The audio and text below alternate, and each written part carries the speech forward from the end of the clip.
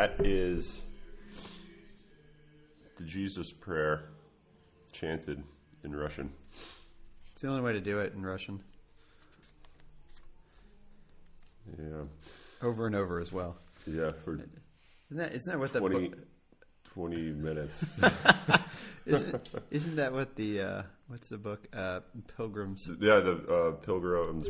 Not the Pilgrim's Progress. Yeah.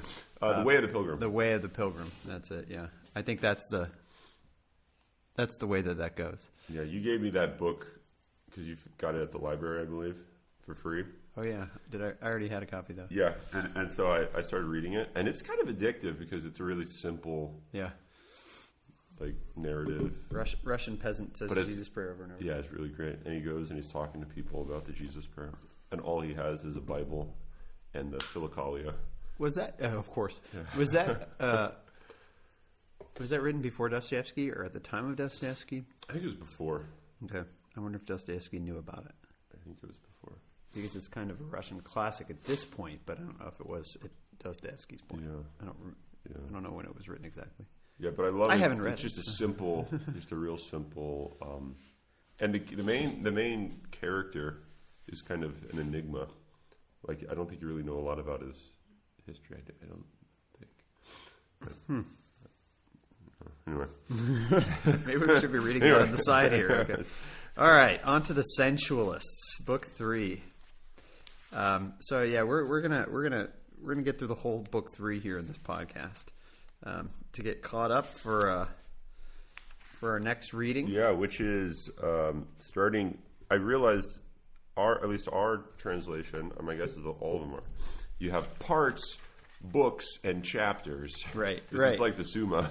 Yeah, it is.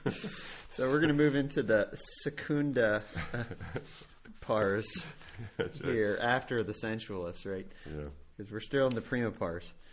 Yeah, the Prima. But there's not parts of parts. So. Now we're getting into Mariology. Is that what it is? Yeah. So, but this is a really important chapter, important book for setting up the plot for the rest of the novel, because you get in some ways one of the main events that's going to like be the cause of a lot that comes. So it's really important that one, we just get like the nuts and bolts of what's happening here, because in kind of good form, it's not exactly stated explicitly because gentlemen don't speak about such matters explicitly. Dmitri does, though. Yeah, Dmitri will. Tells anybody and everybody. That's right. Yeah, only when he's somewhat drunk, and then he cries afterwards. But with Dmitri, that's probably often. Yeah, no, he could be talking about football and be drinking and then after. Anyway. Exactly. Okay, well, let's start off with these. So the servants are introduced at the beginning of this, right? So we have 3 servants of Fyodor. Old Grigory, who in many ways is kind of a hero, I think. His old wife, Marfa, who seems to merely be a foil for Grigory, at least at this point. And then Smerdyakov, who is actually a very, very interesting character. Yeah. Whose name actually means stinky. Yeah. From his mother. From his mother. But it was funny because as I was reading that and it said that's what his name was, I was like, that's the Polish word too, because my parents would use that word. Śmierdzi is the Polish. So it means something stinks. I don't know why I knew that. One of the few Polish words I know. I must have been a smelly young boy. But let's so Grigory we already know a little bit about, right? He's the guy that raises the boys because Fyodor, in the words of Dostoevsky, forgets them, right? Which I think is a very interesting way of putting it, and sort of a very sad way too. Yeah. Gregory's a good guy, right? So he raises these kids. He has this loyalty to the second wife, Sofia Ivanovna, who of course is the crazy woman, Alyosha and Ivan's mother. You can't just say Alyosha's mother. You're gonna get in big trouble. Yeah. But yeah, we'll get to that later. So yeah, he has this great devotion to her, but he also we find out even more that he finds little children and raises them because for some reason they couldn't have children, right? Mm-hmm. They had a son. Oh, he died. And he That's died right, the six-fingered boy. Within how old? A couple weeks. Yeah, he wasn't that old. And he had 6 fingers. And Grigory kind of, it almost sounds like he feels like he needs to make up the way that he treated his own son by raising these other boys that he ends up raising. And he does end up raising 4, right? There's Dmitri, Alyosha, Ivan, and Smerdjakov, who he raises as well. But it's interesting. I think I remember, I'm not going to be able to find it now. I don't want to waste time looking. But it's when he had, when they woke up at night and found who was to become Lizaveta. Smerdjakov. Oh yeah. I believe that was the night that their son died, or like the night of the funeral or something. Right? I believe I remember reading that, and then so that this would have been after the other boys have already been long gone. Right. So Smerdjakov is the youngest Of the group that he raises, right? Right. And I mean, if the speculation is correct, he is also a Karamazov. Yeah.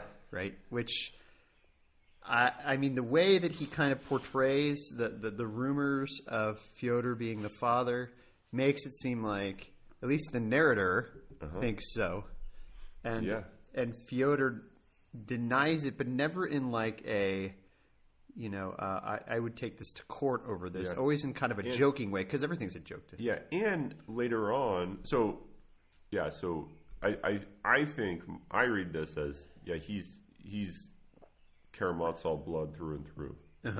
And I think you get strong indications of that throughout this book in the way that Fyodor treats Smerdjakov, that he becomes concerned with him, and the way that Grigory's treating him. He doesn't want him to beat him. Sort of invites him in, but at the same time, he still treats him as like a servant. I mean, this is like what's like really, sort of sick. But in some sense, it's like this is the one son that he hasn't forgotten. Yeah. I mean, at least he didn't forget him. It's true. And he sends him to Moscow to learn culinary arts, which, I mean, he seems to take care of him more than he's ever taken care of a son before, which is very odd. Yeah. Right? But he's still a servant. Yeah. Of him. Yeah. I wanted to point this out. This is sort of off the topic of what we're talking about now, but Gregory, after his child dies, and he sort of feels bad about treating it like, as he calls it, a dragon. Yeah. He turns to reading the lives of the saints, devoted himself to quote religion. Right. He rarely read aloud, only perhaps in Lent. He was fond of the book of Job, which is an interesting book to throw out there, and had somehow got a hold of a copy of the sayings and sermons of the God-fearing father Isaac the Syrian. Do you know how he got a copy of it? Brother Angelus. Brother Angelus gave him the copy. But that was like the thing that he read forever, right? Which makes me think Brother Angelus is onto something, and maybe I need to get some Isaac the Syrian. Yeah. And I'm sure that St. Vladimir's Press has a copy of it. Yeah, I'm sure they have a pocket edition. Probably the one that Grigory was reading from. Yeah. That's great. No, I was going to bring that up too. Yeah, I was shocked when I saw that. But not too shocked, because I think Brother Angelus did say that Dostoyevsky was kind of obsessed with Isaac the Syrian too, right? So that kind of moves us into the story of Lizaveta, right? Which is a typical Dostoevsky character. Mm-hmm. There's a crazy woman who lives in the streets and who's mentally very slow. Yeah. But who is in a sense a part of the town, and everybody knows. Yeah. And usually, I mean, I'm thinking of Crime and Punishment. Everyone loves. Yeah. Right, in a special way, and takes care of in a special way because they know of sort of the handicap. And Dostoyevsky says even the schoolboys wouldn't poke fun at Lizaveta. And that's a big deal. Yeah, and he even says that like afterwards, and that's a lot, for our schoolboys. Yeah, yeah. So there's something like there's almost like a prelapsarian innocence about this handicapped woman who is living in the except for the streets, except for Fyodor. Well, no, but he's not prelapsarian. Right. He is like the incarnation of the lapse. Yeah.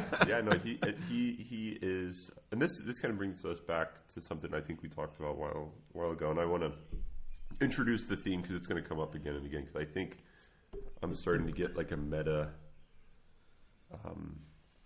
narrative. So you have those, as you said, there's the internal and the external plots, and I think one thing that's sort of in play is you have all of these characters, interestingly, are somehow related. So and related by blood. Right. Literally related. Yeah. So you have all the brothers, obviously, and here's Smedrikov. Right. You have Katerina Grushenka, who happen to be like half sisters. Do they? I think so. I think they're half sisters. I don't think that's come up yet. No, it's in here. It's in. I don't remember them talking about Grushenka and where she came from. I thought it was in. Is it in both together? No, I think it's before. I think it's in Confessions of a Passionate Heart and Anecdote. I think it's towards the beginning of that. Is this because her name? No, her name isn't the same as her sister's. Katerina's sister Agafya? That's not Grushenka. Where? Okay,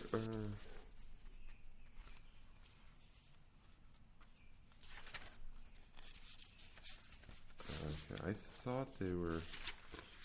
So she has a sister on page 120, Agafya. Okay. Wait, where is page 120? 120 starts talking about so the lieutenant, right, is the guy who blows the money, right? And he's got two daughters, right. Agafya and Katerina. But then it doesn't talk. I didn't see, unless I'm missing something. I didn't see it talking about Grushenka at that point. So, right at the top of 120. There's a reference. I can't remember the scene of this. Ivan's a tomb, but so who's speaking here? Top of 120. I thought. Well, this is just Dmitri and Alyosha talking, right? Right. And so who's reporting? So Dmitri's reporting this. Hush, Alyosha, darling, I kiss your hand. You touch me so that Rogue Grushenka has an eye for man. And so then going on into. Okay, I guess I assumed that there was a relation. That there was a relation. But you might be right, but I might have missed it. But I don't remember that. Okay. Anyway, we can.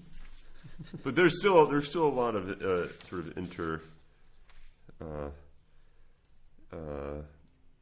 blood lineage sort of going on all over. Yeah. And so the theme. Well, it helps that Fyodor's sleeping with everybody. Yeah. To make the relations. Yeah. So the idea of a universal like family, that we're all related in a sense. Which seems we're all Karamazovs, which means we're all insects. We're all despicable. Right? I didn't think about that. Yeah, it's so because there is a big theme in here of everyone's taking on everyone. Everyone Yeah. is in a sense abides in us or something like that. Yeah. Like Chris Lauderdale sent us a good question, Yeah. but he's already reading ahead, so we can't get He's into like it. 200 pages ahead. So slow down, Chris. But a great question, and now that I think about his question more, I think what you're saying relates to it exactly, right? And so it was. I was thinking this, and then Chris sent that email, which reminded me of what comes later. And I'm like, oh, this has got to be one of the meta narratives. But you think about the relationship of everyone, and they keep saying that oh, you're Karamazov, but what turns out is pretty much all the main characters are Karamazovs or lovers of Karamazovs. Yes, yeah. Right? Yeah. So everyone is an Adam and an Eve. Yeah.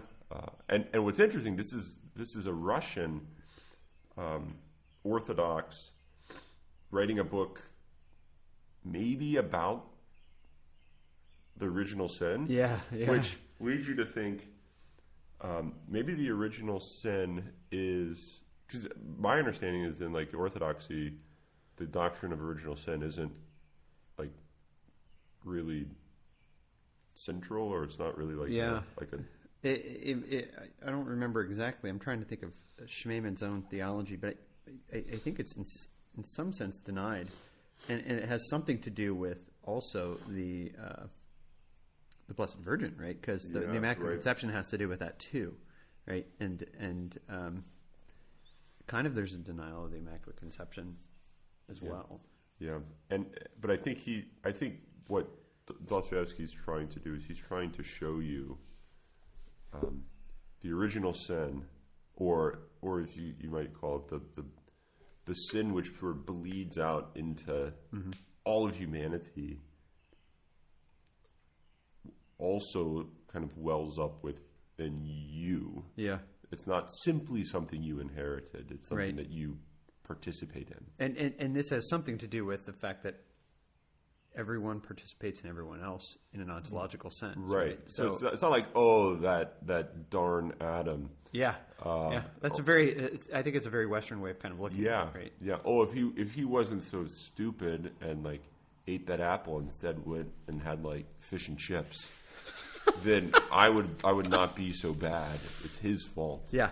I think Dostoyevsky's basically writing a novel saying, no, look at the log in your eye. Yeah, and here's I think the page and the section that really hits that home. It's the Confessions of a Passionate Heart in Anecdote, chapter 4, page 119, near the bottom. So this whole thing is Dmitri talking about how he's a total loser. He forced this girl to kiss him, and then he like dropped her because he's a cruel insect. Right. And he keeps talking about because I'm a Karamazov. But the end of this was the shocking one, the shocking part. And this is I think back to the preface that Dostoevsky wrote about why is Alyosha my hero. You might be wondering that as you read, but just read and think about it. So here at the bottom, right? You can't suppose I brought you here simply to talk of such nonsense. No, I'm going to tell you something more curious, and don't be surprised that I'm glad to tell you instead of being ashamed. Alyosha says, you say that because I blushed. I wasn't blushing at what you were saying or at what you've done. I blushed because I'm the same as you are. Okay, so here's this guy living in the cell of the elder, wearing the monk's habit, basically, right? And he is he's been explained by Dostoevsky as being the guy that like doesn't blow money. The guy that everyone loves, the guy that doesn't get drunk, he does, but he doesn't even judge the drunkards around him, right? Especially his father, right, who's a complete loser, and his father loves him and one of the main reasons he loves him is because he doesn't judge him, right? And Alyosha here so far he's been sort of drawn up as the hero of the novel at this point, but then he says, "I blush because I'm the same as you." Dmitri says, "You? Come, that's going a little too far." "No, it's not too far," said Alyosha warmly. Obviously, the idea was not a new one. "The ladder's the same. I'm at the bottom step and you're above, somewhere above about the 13th. That's how I see it. but it's all the same, absolutely the same in kind. Anyone on the bottom step is bound to go up to the top one. I mean, he's basically saying, I'm bound to be as bad as you. Yeah. Then one ought not to step on at all. Anyone who can help it had better not. But can you, says Dmitri? I think not. Yeah. I don't remember the story, but I'm wondering if this is some sort of a prophecy of what's going to happen to Alyosha in the future here.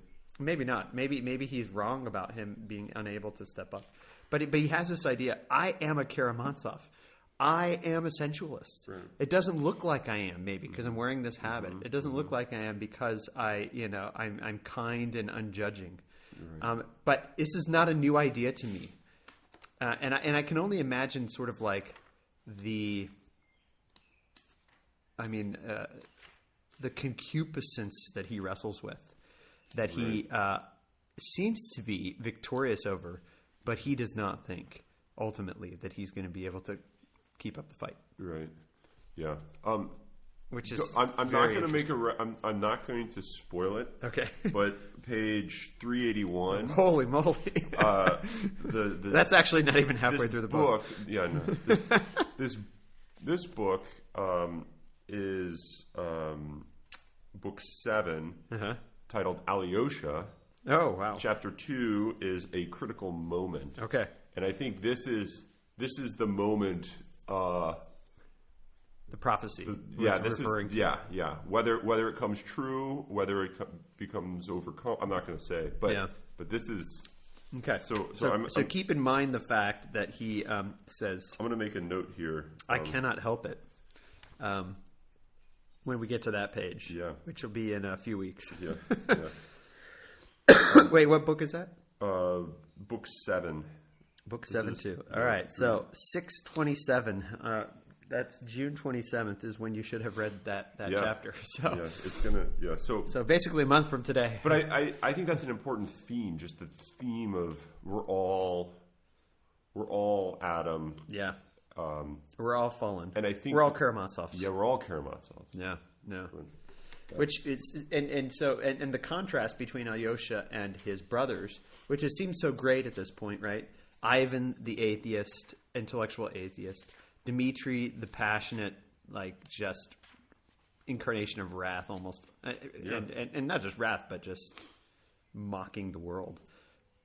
Fyodor, who is also, the incarnation of lust. Yeah. And then Alyosha, who seems to be like this anomaly that came forth from the Karamazovs and is actually living a truly Christian and human life. And he is admitting here, oh, you have no idea. That's you don't know my heart. Which I think is there's something about knowing yourself, right? That Zosima was talking about before that's coming up here. Yeah.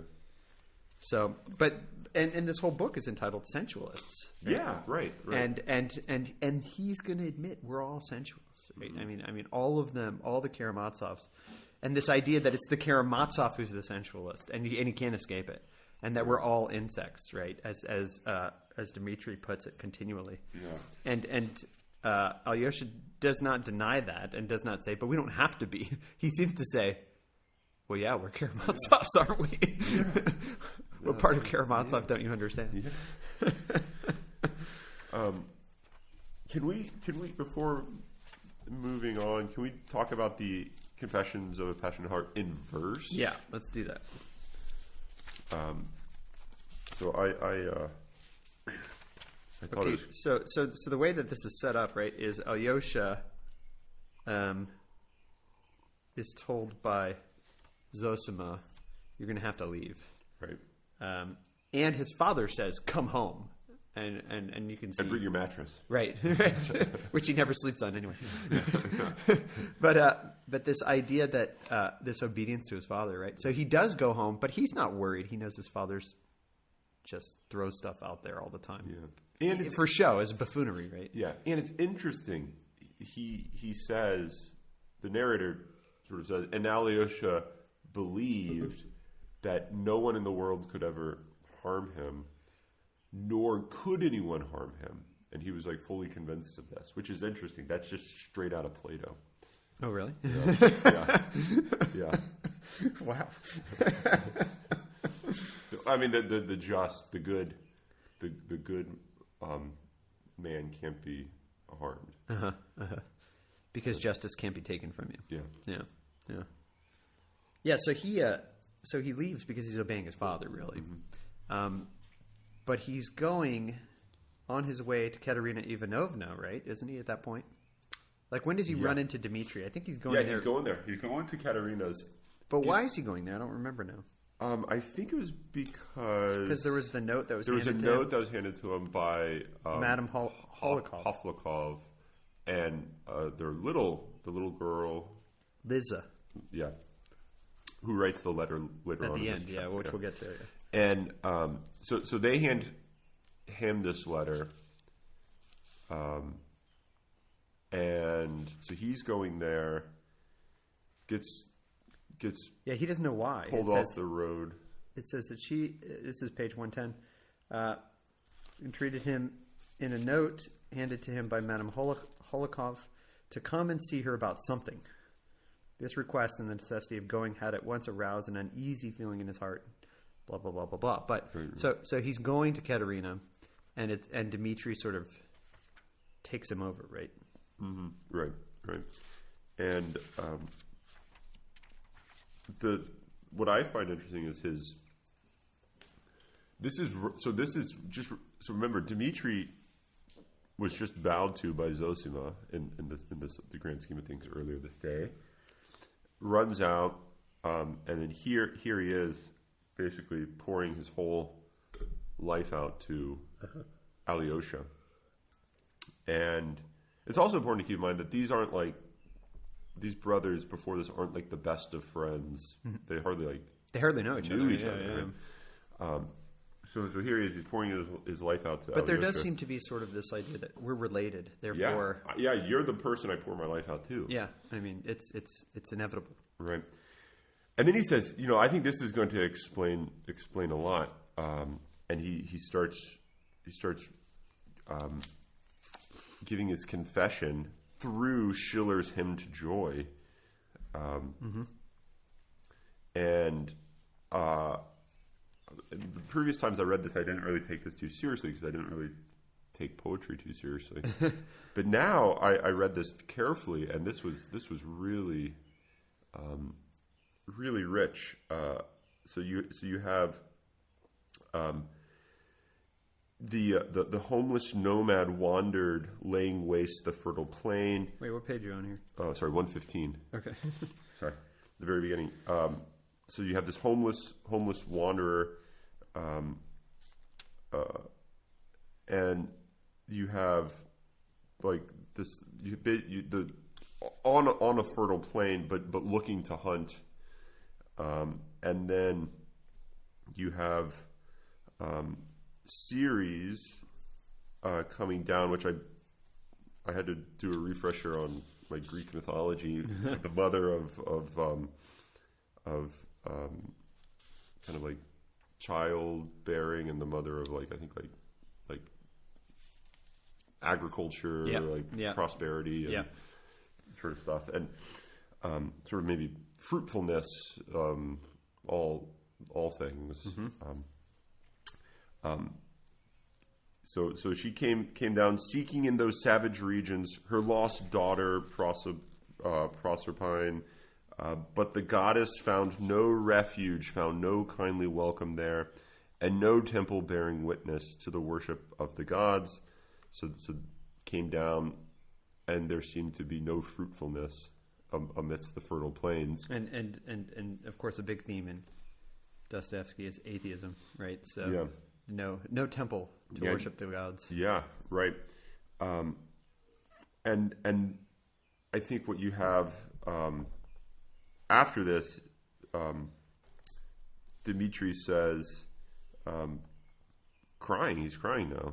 This poem's greatly moving to him. There's a terrible amount of suffering for man on earth, a terrible lot of trouble.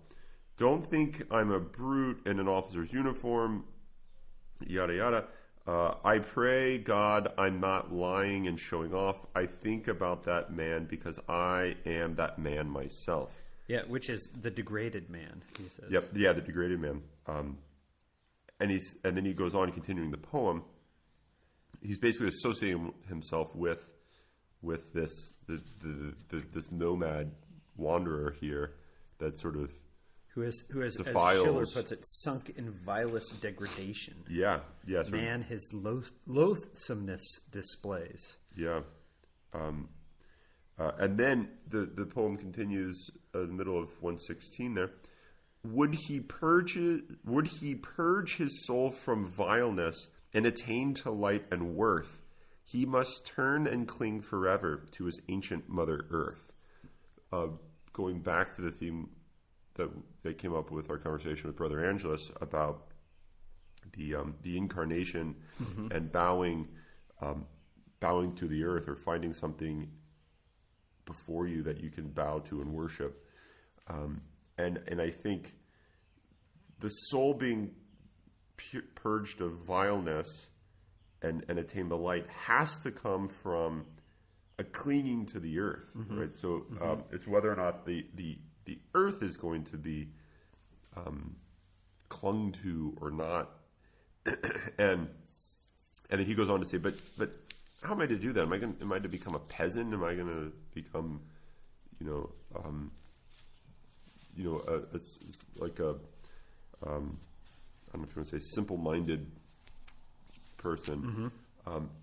But it looks like that is the maybe the method of atonement for the degradation, for the vileness, is this clinging to the earth, which I think harkens back to this idea of this bow, which is kind of like the imagery of moving down and worshiping, in some sense of worship,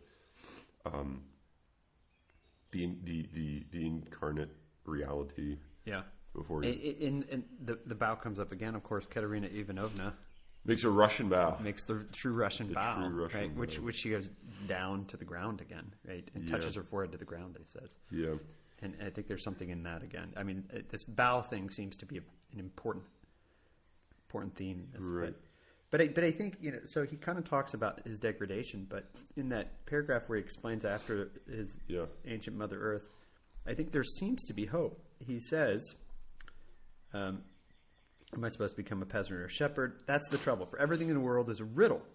And whenever I've happened to sink into the vilest degradation, right? Quoting the poem, right? The vilest degradation. And it's always been happening. I always read that poem about Ceres and man. Has it reformed me? Never, for I'm a Karamazov. Yeah. So there's some sense where there's no hope. But if you keep going down, right? But I think that's like the idea. Like he knows it, but that's knowing that isn't going to purify you. Change him. Yeah. There's got to be something else, right?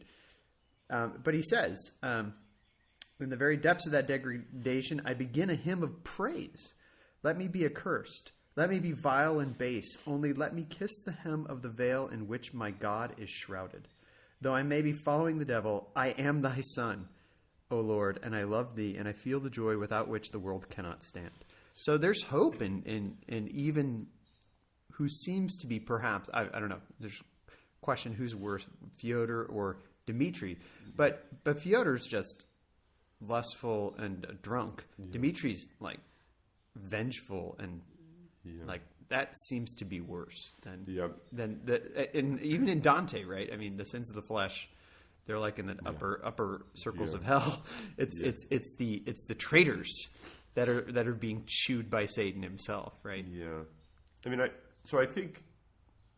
think what he's suggesting is, and the sensualists. So what he's suggesting here, I think, is the way of the sensualists, which is that even in the darkness, the vileness of the sensualist life, they're still attuned to the joys of the world. That is the joys with which the world cannot stand. Right. So in some ways, there's no way that one could ever live in this world unless there was joy. And I think the sensualists are aware of that sort of needfulness of something more than just, like what's before you. Now, granted, it comes about by this, insatiable drive for more brandy, right, or more right. women, or more, and even I mean, in some ways, the anger that Dmitri has, I think he realized. It's not just simple like cruelty. It's sort of anger for a higher. What's odd is he's angry because of the degradation that the situation is placing on Grushenka or Katerina, or so in some ways it's out of a desire for purity that leads him to like smash his father's face in.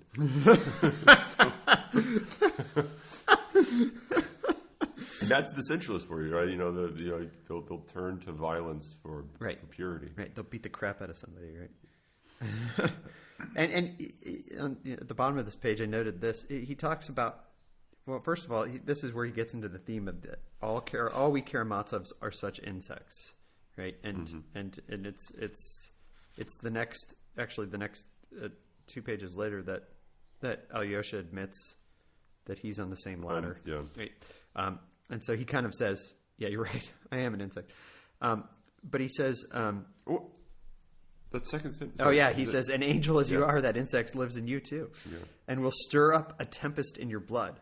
Which Alyosha is not going to deny, right? You're right. But he says this, right? Beauty is a terrible and awful thing. It is terrible because it has not been fathomed and never can be fathomed, for God sets us nothing but riddles. Here the boundaries meet and all contradictions exist side by side. There's the paradox there. Right? That's great. I am not a cultivated man, brother, but I have thought a lot about this, and it's a terrible what mysteries there are. Too many riddles weigh men down on the earth. We must solve them as we can and try to keep a dry skin in the water. Beauty. I cannot endure the thought that a man of lofty mind and heart begins with the ideal of the Madonna and ends with the ideal of Sodom. This sort of link between Sodom and the Madonna, I think, is what you were just saying, right? That the sensualist who goes for more brandy and more women, but he recognizes there's something more, which is what beauty is, right? The something more, right? But he ends this paragraph, right? Did you know? He says, in the immense of mankind, beauty is found in Sodom. That's depressing. Did you know that secret? That the awful thing is that beauty is mysterious as well as terrible. God and the devil are fighting there, and the battlefield, which is the heart of man. But a man always talks of his own ache. Listen, now come to the facts. So, right? So what's still more? So after begin with the idea of the Madonna and end with the idea of Sodom, and he says, but even what's more awful is that one would begin. Is that man with the ideal of Sodom in his soul does not renounce the ideal of the Madonna. Yeah. Right. So it's not simply that you go from the. It's not. Here's. It's not that you fail the Madonna and then just go down. What's just completely like hard to just wrap your head around. It's not that you had such a high ideal, and then you got first class ticket to Sodom. Right. Rather, it's once you got your first class ticket to Sodom, you still kept the ideal of the Madonna. And I think, as he says, his heart may be on fire with that ideal, genuinely on fire, just as in his days of youth and innocence. And he says that's the awful thing. And then he says, what to the mind is shameful is beauty and nothing else to the heart. Is there beauty in Sodom? Believe me that there is, right? And so he has this understanding that the desire for all these base things is actually a twisted manifestation of man's own ache for something ultimate, right? Something pure, something the beautiful, right? Ultimately. Yeah. And I think the end of Schiller's poem there, 117, it's all about this. So joy, I think, is going to play an important role here. Joy, everlasting, fostereth the soul of all creation. You get this I won't read the whole thing, but you get this beautiful description of, every blade of grass this turned towards the light. And it's all these things breathe, all the things that breathe, drink, enjoy. The birds, the beasts, the creeping things, right? So even the creeping things, drink, enjoy. That is, even the insects, even the Karamazovs have touched this joy, and so even they are capable of having the grace to, be redeemed. Unfortunately, they're the insects and not the angels, though. yeah. But I mean, I think you have the angels, and then you have those with sensual lust. Is what the insects are. So I think, but it's still a participation in joy in some way. Yeah. Right? And we're not saying like, they're satisfied by sensual lust. That's not what he's saying. Yeah. And I think when you look at the Karamazov, they're not satisfied by sensual lust. No, man, they're disasters. Oh. Right. I mean, the only thing that Fyodor doesn't want brandy. He wants more brandy. I mean, it's just obvious. That's a good way of putting it. I don't want a glass of brandy. I want the next glass of brandy. Yeah, he says that over and over. Yeah, which happens over the brandy. Yeah. And Ivan's like, no, you're going to cut off. He goes, no, I'll have one, and then I'll have another one after that, and then one more after that, and then take the bottle from me. But he's already like falling over drunk. Right? Yeah, and because he can't. I mean, it's like this. It's just.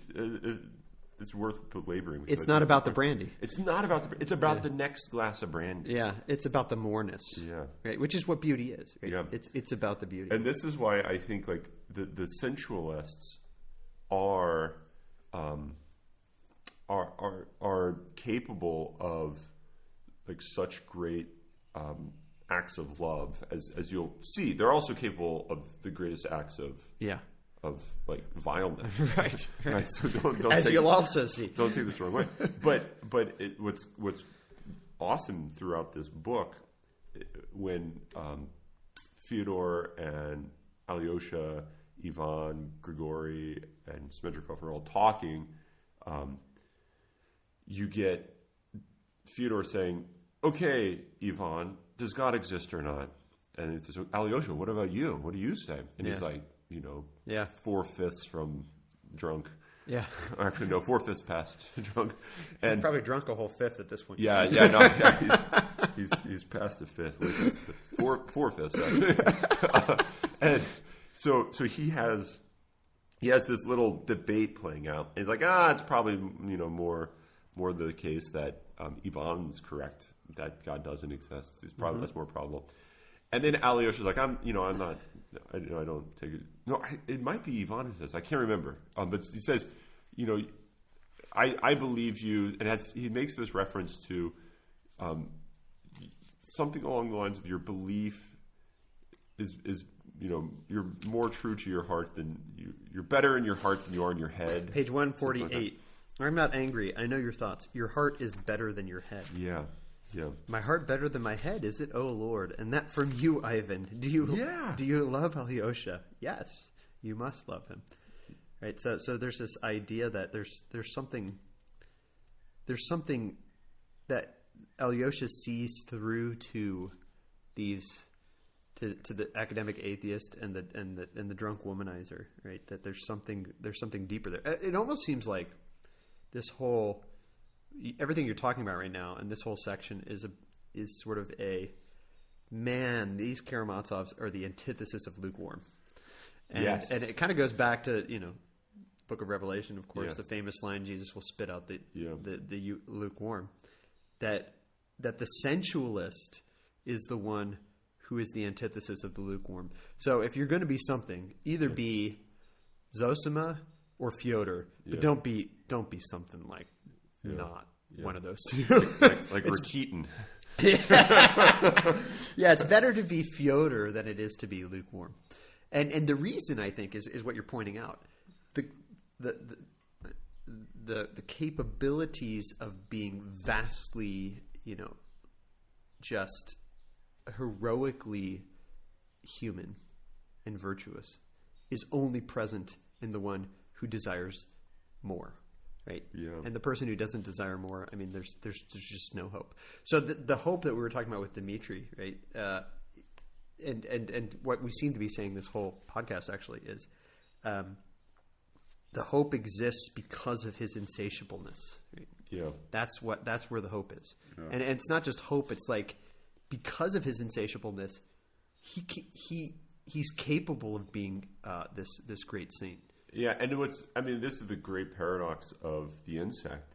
It's also exactly that same drive what leads him to his degradation, the degradation of everything around him. Yeah. I mean, so you have the one and same thing capable of corrupting everything he touches, or pushing him to the redemption of everything he touches. Right. Like something like that's going to like completely, it's completely feasting, or it's just everything is crumbling. This is what he meant when he said contradictions exist side by side. Yeah. Right? Yeah. This is the paradox. But it's also, and here's the other paradox, to say I'm an insect is already a sort of knowing of oneself, as Zosima says, is like the most important thing in the world, and is sort of the true knowing of yourself, which, I mean, that same line could be said by, Francis de Sales. Yeah. Because, and in fact, the words are put in Jesus' own mouth, right? Yeah. I am a worm and no man. Yeah. Right? I mean, the idea of being an insect could be, yes, I'm an insect, I'm vile, and I'm going for vileness. Or it could be, yes, I'm an insect, I'm vile, but, something more, right? I recognize in humility my own inability to not climb this bad ladder. Yeah. And, I mean, you can read Schiller's poem and it's still not change you. You can know, right? You can know, as what St. Paul says, know what. I need to read more St. Paul. I know it's in St. Paul. I do what I don't want to do. Yeah, and yeah. I don't do what I want to do. Yeah. And this is right. Knowing it is. I mean, this is not going to overcome the insect nature. Right, but you have to know it, right? There's so many. Well, I shouldn't say it this way. That sounds really bad. There's so many people in the world that don't know it. But the fact that, and maybe this is. I was talking to somebody recently about liberal arts education. This is what liberal arts education is about knowing yourself and understanding your own vileness in a sense, and right? not in a merely externally descriptive way. Right. So like Dmitri knows himself in a way that most of us probably don't. Yeah. In the sense that, we think like, oh yeah, no, we're vile, but we only know that by way of like having read Francis de Sales, but not having lived what Francis de Sales is talking about. Right. Exactly. And I think this is the great paradoxical blessing of people like Dostoyevsky himself, who lived such vile lives, but yet at the same time were thereby capable of like recognizing some deep truths, both about their vileness but also about their redemption. Right? And I think it's the felt lived needfulness that has to be there to actually be capable of really making a confession. Like you can't confess your sins unless you really are fully convinced that you are the sinner. Right? You're an insect, and you're in desperate need. Right? Yeah. No, and the centralists, one thing they know, they need something. Yeah. Right. Yeah. Like their life is about a need. Right. So it's the antithesis. In some sense, it's just the antithesis of pride. The prideful one, which is the root of all sin, right? The prideful one is one who says, I don't need anything or anyone. Right. Whereas it's obvious that these guys don't think that. Right? Yeah. In fact, one of the funniest scenes in this is when, right before he gets his snot kicked out of him, is when he's already like 10 sheets to the wind. And Fyodor hears Grushenka when Dmitri is is like beating Grigory to go beat I know. Fyodor. Fyodor is not fearful of himself. He starts running towards him. Because what does he want? Grushenka. He's like, she's here. She's here. I'll die over this. I mean, that is in some sense there's something comic and pathetic about his activity, but in another sense, there's something that shows in a deep lived way a need for something. Yeah. Right. And now this need maybe is turned toward the sexual sensuousness, but nonetheless, it's a recognition of a need. And I think it's, but for an insect like Fyodor or Dmitri, I think it takes an awareness of that. Like, how is it that someone like that is going to come to know what it means to desire what Zosima desires? And I think it has to be by knowing what you really desire. And so you have to be fully aware of the desires that are like actually navigating your entire life. Right? And so I don't think you can move to the Zosima life unless you can actually understand what is actually moving your life is the exact same type of desire that's moving his life. So it's not like he's got something I don't have. Yeah. It's just mine is ordered in a way towards something that his isn't. So it's like, and it might actually be the case that the drive, so to speak, in Dmitri is even greater than the drive that Zosima has for, you might say his object. Right. Right. I don't know. I think this is why, like, you can have the greatest sinners being, kind of prepared to be the greatest lovers through their sinful life.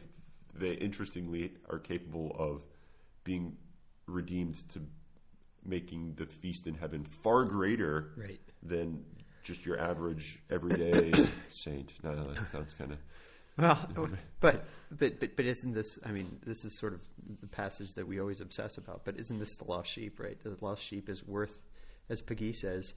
It seems the passage seems to suggest this that it's worth more than the $90. Yeah. Right, and so the celebration of the lost sheep seems to be saying, like, you can have all these Joe Schmoes that don't, drink a fifth in a night. Yeah. But the guy who drinks the fifth in the night is going to be the one who dies a martyr's death. Yeah, you don't. If he comes to recognize himself and his own desire, as you're putting it. Right?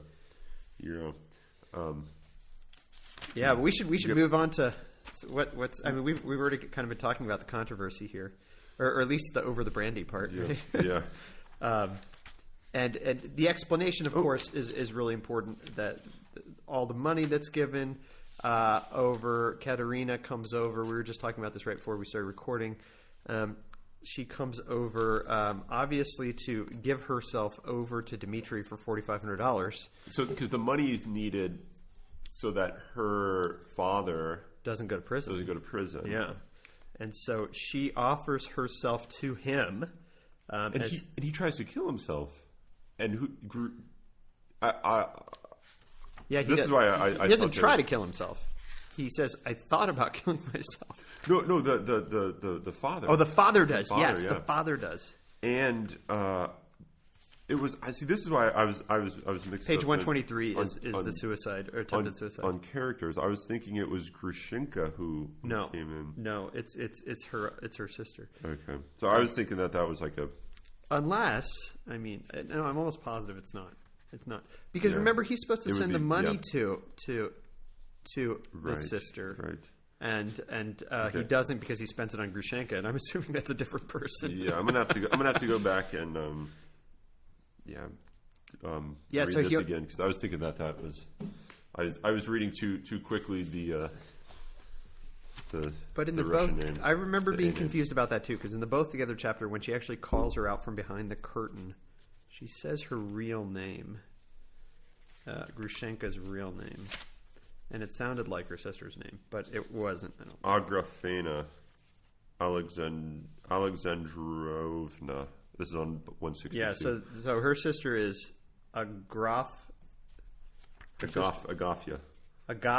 Ivanovna. Okay. Right. Okay. So Agrafena. I was okay. That's that. I remember reading that, up. and I was like, Okay. wait a second, is that her sister? Yeah. I was like, oh, her sister's there. And then it says Grushenka came out from behind the curtain. And I was like, what? Okay. Okay. And then, of course, I was as shocked as Alyosha that she was there. Yeah. What? Grushenka's there? And Katerina Ivanovna loves her? Yeah. Right. Yeah. But, of course, right, but I want to mention the bow here, right? So she goes to his house. He offers, basically, I'll give you $4,500 if you send the young lady secretly to me. With possibilities. Yeah, in view of possibilities, as he puts it on page 122, right? And so obviously he's asking, well, not obviously, because I had to kind of talk to you. Is this what he's asking? Because I think that's what he's asking, for her to come and sleep with him, right? Yeah. And on 125 or 124, she shows up, and he's kind of shocked, right? Yeah. And you never know where Dmitri's going to go, right? There's Dmitri's not Fyodor. Like Fyodor would have gone right for her, right? But right. Dmitri is more vengeful than lustful. Yeah. And so his first idea, which was a Karamazov one, was to just was to, in a sense, take her. But then he had an even more Karamazov thought, at least as he thinks, right? Where he wanted to say this, as he says at the top of 125. 4,000? What do you mean? I was joking. You've been counting your chickens too easily, madam. 200 if you like, with all my heart. But 4,000 is not a sum to throw away on such frivolity. You've put yourself out to no purpose. But he doesn't do that, ultimately, right? He doesn't do that. I mean, he says this very interesting thing, and this is exactly what we've been talking about. The second paragraph, 125, the very end. On my oath, I looked at her for 3 seconds, or 5 perhaps, with fearful hatred. That hate which is only a hair's breadth from love, from the maddest love. All right, there you go. Right, this is the idea that they are not lukewarm, right? And instead of first of all yelling at her and saying, "Get out of here, you slut," and instead of saying, "Come into my bedchamber," he just gives her the money, and he makes her a deep bow, a most respectful, a most impressive bow, believe me. She shuddered all over, gazed at me for a second, turned horribly pale, white as a sheet in fact, and all at once, not impetuously, but softly, gently, bowed to my feet. Not a boarding house curtsy, but a Russian bow, with her forehead to the floor. There it is again, right? Yeah. And right after that is when he says, I almost stabbed myself from delights. Yeah. So joy. Yeah, right? It was joy, but it wasn't joy. It wasn't. I don't know. Maybe this is what I thought when I read this. I mean, he just seems he's still in his vileness here, right? And I don't know if he'll ever get out of it, but we'll keep reading. But it doesn't seem like he stabbed himself because he was so happy that she was happy, but that he was so happy that she was in his power now. So this is what I was going to ask. Why do you think he gave the money without any? Without anything, do you think he did this? Like he apparently he got nothing in return other than either, I got nothing in return, and it was just a complete act of charity. Yeah. Or do you think he did it because? Yeah. No, maybe after the fact he realizes, she's completely in my power. But you can't think a sensualist. You can't read into him too much. Yeah, because they're just completely impulsive. Yeah, they act. Right. So whatever he thinks after the fact is slightly different. And it's so maybe I jumped to that conclusion too quickly because I wonder maybe the delight was that he did an act of total love. Yeah. It's interesting though how he starts this, right? So right after the maddest love, the hatred, the hair's breadth away from love. I went to the window, put my forehead against a frozen pane, and I remember the ice burnt my forehead like fire. And then he just goes and gets the money. It's almost like he has this dilemma within himself. What do I do? Because I could easily just bring her into my bed, or I could turn her away as a vile slut, right? Or I could just give it to her, and then he does it, right? But there's this weird thing where he sticks his forehead on the frozen pane, and it almost like points to the sensualist again, right? I remember feeling this feeling. Yeah. and then I did this, and then I felt so delightful I was going to stab myself. Yeah. And I love how he says, "Can you understand that one might kill oneself from delight?" He's like, that's so stupid that someone could do that. But I think it's pointing out deeper his sensuality, right? But the delight, you're right. Maybe it was just love. And I didn't degrade her.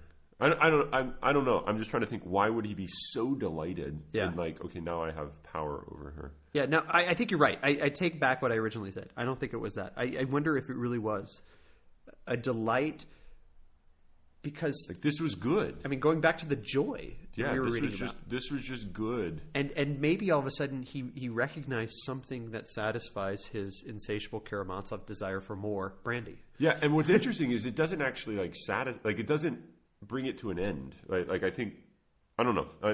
It seems like he has touched something deep, mysterious in this act that he did, and presumably he got nothing from it. Yeah. But this joy, this delight that was so strong that he almost killed himself because of it. Yeah.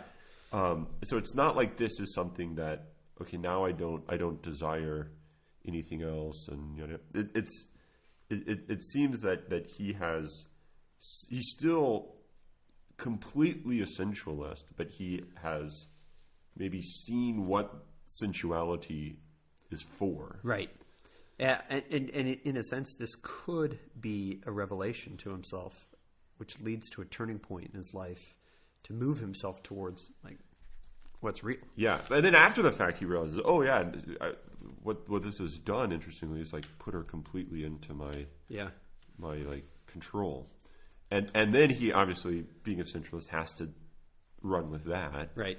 But I got the impression initially that this was a type of action that was almost beyond his comprehension at the moment. Like, why didn't I do anything other than just give the money?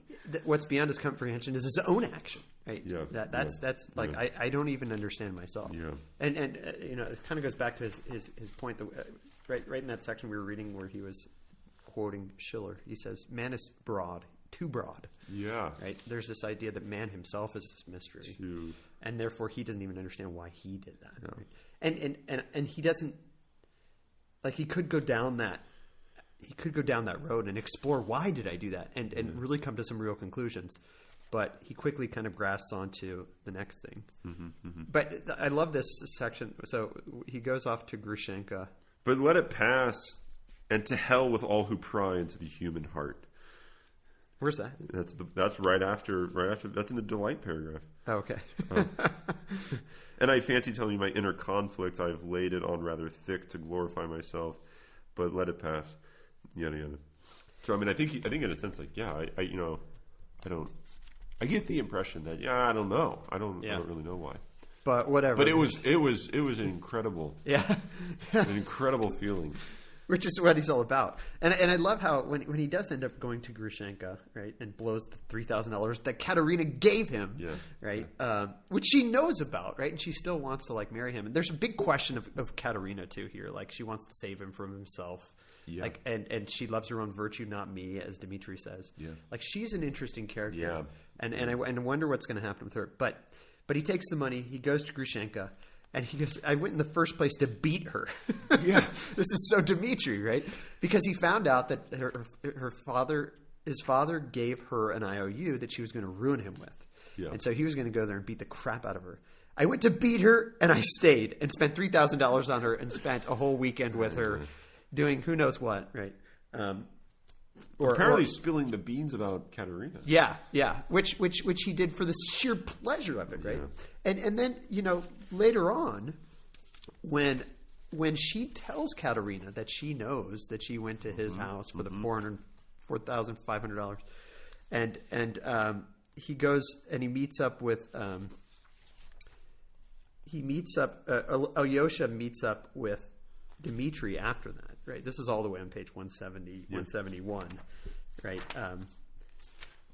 That he starts telling him this awful scene. They were both there, and he's like, what? He couldn't believe it. He's struck dumb, it says. Page 170, right? Impossible. You're raving. Grushenka with her. And then Alyosha spends 10 minutes describing everything that took place there. Yeah. And he's just like dumbfounded, listening, staring at him with a terrible fixed stare. But as the story went on, his face became not merely gloomy, but menacing. He scowled, he clenched his teeth, and his fixed stare became still more rigid, more concentrated, more terrible, when suddenly, with incredible rapidity, his wrathful, savage face changed. His tightly compressed lips parted, and Dmitry Fyodorovich broke into uncontrolled, spontaneous laughter. He literally shook with laughter. For a long time, he could not speak. She wouldn't kiss her hand. So the whole thing about, I actually am not going to kiss your hand, so that you remember. Like, Grushenka is an evil, man. Oh, that was...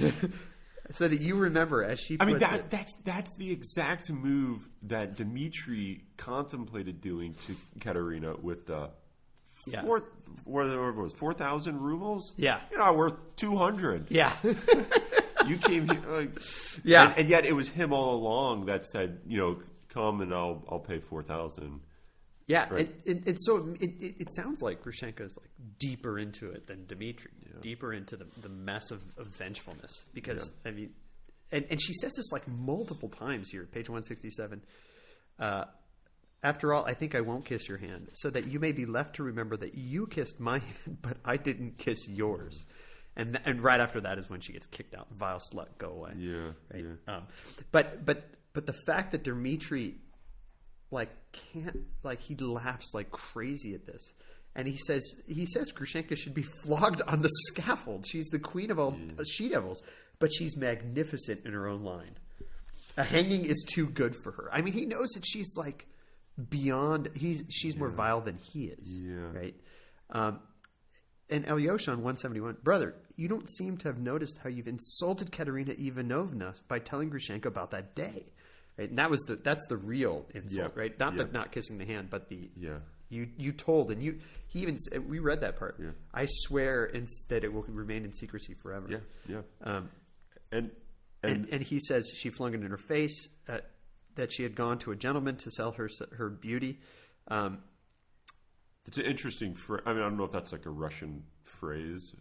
To sell your beauty. Sell your beauty. Yeah, maybe it is. But, yeah. But I don't know. I just thought that was an interesting. He says, what could be worse than an insult? It said, what worried Alyosha more than anything was that, incredible as it seemed, his brother appeared pleased at Katerina Ivanovna's humiliation. Which, and then he says he's a thorough scoundrel, and he keeps saying that. Right? And it's, I mean, this is really, I mean, it's hard to like wrap your head around what's going through Dimitri's head at all these stages, because when he says, continuing where you were reading the bottom of 171. Yeah. Yes, perhaps I really did tell Grushenka about that fatal day, as Katya calls it. Yes, I did tell her. I remember. It was that time at McCroy. I was drunk. The gypsies were singing. You know how that goes. Right? But I was sobbing. Right? It's like, the gypsies, they were singing. You know, when you were drunk with gypsies all the time, Alyosha. Sure, there were like apples. But I was sobbing. I was sobbing then, kneeling and praying to Katya's image. And Grushenka understood it. She understood it all then. I remember. She cried herself. Damn it all. But it's bound to be so now. Like completely bizarre. Yeah. That like they know how wrong this is. Just how wrong this is to like bring this up and to like somewhat make fun of it or use this or to use it really. I mean, know that this is a great, powerful instrument. Yeah. This knowledge is a great, powerful thing. But at this point, you don't see that Grushenka is trying to get anything out of it but sheer like degradation. Yeah. Like just for the fun, the twisted fun of degrading this person to the ground. Yeah. Because she doesn't get anything from, at least not yet. I don't know if it's going to come up. But she doesn't get anything from Katerina. She just says, "Oh, I didn't promise you anything. I'm not leaving him." But who says I'm leaving him? Oh, and by the way, you tried to sell yourself to him, right? And it's just like this. Like, I'm going to bring it up just to tell you that I know it. Do you think? I mean, it almost seems that she's trying to like win Dimitri. I mean, she's kind of already won Dimitri over, but kind of like wants to like rub it in her face. Yeah. And also like, look, you're just like me. You know, you're no different from I am. Yeah. You know? Yeah. And that's why she ultimately gets kicked out, because Katerina knows that, but she won't admit that she's an insect, right? Because she's noble, or she seeks to be noble. And maybe this, I don't know, maybe this is why she wants to save Dimitri from herself, is to sort of overcome her own failure her own of prostituting herself. Because if I can save him, that means I've got to be like above him. Yeah, yeah. Or at least that's got to mean that I'm not an insect. Yeah. Right. Yeah. Or an angel. I mean, you have the angels and the insects. Yeah. And so, and this is an interesting question. Maybe Dimitri is further along the path than she is, because he at least admits he's an insect. Yeah. Whereas she won't. And then this is we can kind of wrap this up. It's getting kind of longish now, but I think we even if we don't comment on it, it's important just to bring it up. 172. Yeah, I think we need to end with this at least. Stay, Alexei. One more confession to you alone, cried Dimitri, suddenly turning back. Look at me well. You see here. There's terrible disgrace in store for me. As he said here, Dimitri struck his chest with his fist with a strange air, as though the dishonor lay precisely on his chest. Right, not in his chest, on his chest. I mean, this is in some spot, in a pocket perhaps, or hanging around his neck. You know me well, a scoundrel, an avowed scoundrel. But let me tell you that I've never done anything before and never shall again, anything that can compare in baseness with the dishonor which I bear now, at this very minute on my breast, here, which will come to pass. Though I am perfectly free to stop it, I can stop it or carry it through. Note that. I mean, this sounds terrible. Yeah, I know. But there's something important about what he's referring to, what Dimitri is referring to here. Like, what's the here? What's he designating, and why is this the disgrace that's in store for him? It almost seems like in this section that whatever he has on his chest or in his chest or in his heart or whatever he's pointing to here is worse than the actual act. Yeah. Like that whatever betrayal he's discussing right now, the fact that it's already happened in the heart is worse. And it kind of goes back to what Smerdyakov in the controversy talked about, right? If I tell the Mohammedan that I don't believe in Jesus Christ, I've already denied it in my heart anyway, so I'm actually telling the truth, right? Yeah. And so it kind of, I don't know if this is Dostoyevsky getting to the idea that one's own betrayal within oneself is worse than an act that's done sort of as a result of that betrayal. It's just like the fruit of... Yeah, it's a fruit of what's already taken place within oneself, right? Yeah. And, so that's important to keep in mind. We don't have to talk about it, but it's worth bringing up, I thought. Bottom of 154. This is after Fyodor got beat. I'm just going to read this. This can be our parting thought. Well, I have one more thing I want to just bring up. Good happy note here. Damn it all, they keep saying that. If I hadn't pulled him away, this is Ivan speaking here. If I hadn't pulled him away, perhaps he'd have murdered him. Oh, wow. It wouldn't take much to do Aesop, would it? Whispered Ivan to Alyosha. So, I mean, Ivan's sort of rustling around in his head. Look, if I wouldn't have done anything, the old man would be dead now. Yeah. I mean, which obviously he seems to desire like, as well. Kind of like this would that be so? I mean, we know Dimitri desires it because it flies out of his mouth. Nonstop, and right? he try to kick the guy's face. Well, that too. Yeah, I forgot about that. 3 times, and then Alyosha says, "God forbid," and he says, "Why should he forbid?" Ivan went on in the same whisper, with a malignant grimace. one reptile will devour the other and serve them both right too. Alyosha shuddered. Of course, I won't let him be murdered as I didn't just now. And he goes on. But it's interesting. It kind of comes out in a whisper to Alyosha that he kind of desires his father's death. Yeah. Yeah. So there's two now. And it's like, it wouldn't be a bad thing. He's basically saying it wouldn't be a bad thing if he murdered him. Because so he kind of agrees with Dimitri's comment. Bad people, despicable people should murder despicable people. Like that's just like the nature of things. But he agrees with Dimitri's comment back in this chapter when they were in the Zosima's room. Why is such a man alive? Yeah. Uh-huh. And that's in a sense the question of at least this section of the book. Yeah. But let me point out one last thing. Yes. And this sort of ends the book. And then we got to really end. Then we got to But so Alyosha has this note in the midst of all this craziness that's happening in his day. Yeah. His day has been a nutty day. Nuts, okay? yeah. I mean, crazy.